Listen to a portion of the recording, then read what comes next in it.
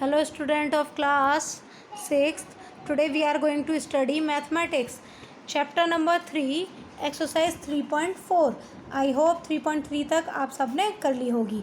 Question number first is find the common factor of 12 and 15. तो इसके हम examples देखते हैं. जैसे कि इस एग्जाम्पल्स में दिया हुआ है, एग्जाम्पल्स में से फर्स्ट में दिया हुआ है find the common factor. Common factor means होता है इन दोनों के फैक्टर निकालेंगे हम. जैसे फैक्टर ऑफ 20, तो 20 किस किस की टेबल में आता है? 1 की में, 2 की में, 4 की में, 5 की में, 10 की में, 20 की में है. हम इस फैक्टर ट्री के थ्रू भी निकाल सकते हैं, जैसे कि हमने यहाँ पे निकाला है ऐसे.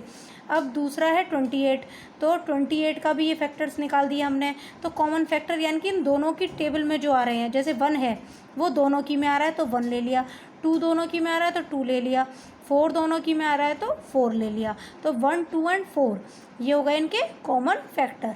जैसे एग्जांपल दूसरा देखते हैं 15 और 25. इसमें दे रखा है 15 एंड 25.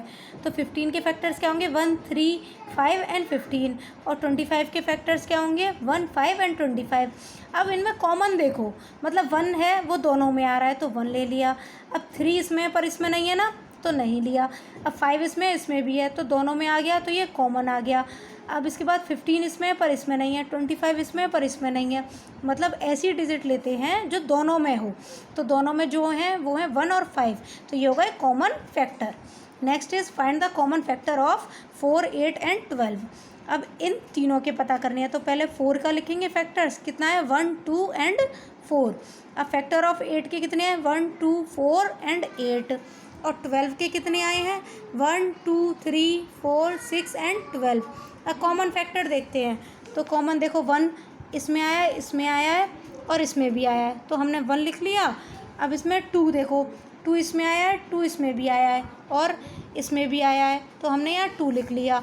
अब इसके बाद में है 4, 4 इसमें है पर इसमें भी है और इसमें भी है तो हमने क्या लिख लिया? 4.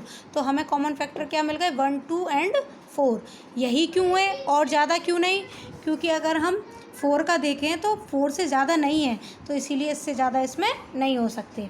अब question number 3 find the first 3 common factor 6 and 8. तो ऐसे हम क्या करेंगे? 6 की मल्टीप्लाइज यानी कि 6 की ऐसी डिजिट लिख लेंगे एक तरीके से टेबल.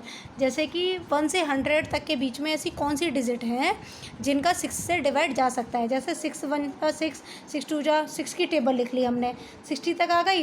अब 66 का भी जा सकता है, 72 का भी जा सकता है, ऐसे सो ऑन बहुत सारी हो सकती हैं. पर हम कम से कम एटलीस्ट 10 से 12 डिजिट तो हम लिखेंगे. ऐसे ही हमने 8 की लिख ली तो 8 की हमने लिख ली. अब है फर्स्ट 3 कॉमन मल्टीप्लाइज. हम इसके लिए कॉमन मल्टीप्लाइज ये पूछ रहा है ना तो एक तरीके से हम 6 और 8 की टेबल लिख लेंगे. सीधा सा आप ये समझिए जैसे इसमें 6 और 8 का कॉमन 3 मल्टीप्लाइज पूछ रहा है तो हम 6 की टेबल लिख लेंगे और 8 की टेबल लिख लेंगे. इन दोनों में हम फिर कॉमन देखेंगे. अगर हम कॉमन देखते हैं तो इसमें देखिए 12 इसमें पर इसमें नहीं है, 24 इसमें भी है और इसमें भी है तो एक कॉमन हमको पता चल गया 24. तो हमने यहाँ क्या लिख दिया? 24. दूसरा देखिए 48 और 48 तो ये भी कॉमन है जो दोनों की टेबल में आ रहा है तो यहाँ लिख दिया 48. अब 72 और 72 जो दोनों की में आ रहा है तो ये आ गया 72. अब हमें 3 डिजिट क्या मिल गई? 24, 48 और 72. तो यही हमारी 3 डिजिट हो गई. तो फर्स्ट 3 कॉमन मल्टीप्लाइज ये हमको पता चल गए. नेक्स्ट क्वेश्चन है write all the numbers less than 100 which are common multiples of 3 and 4.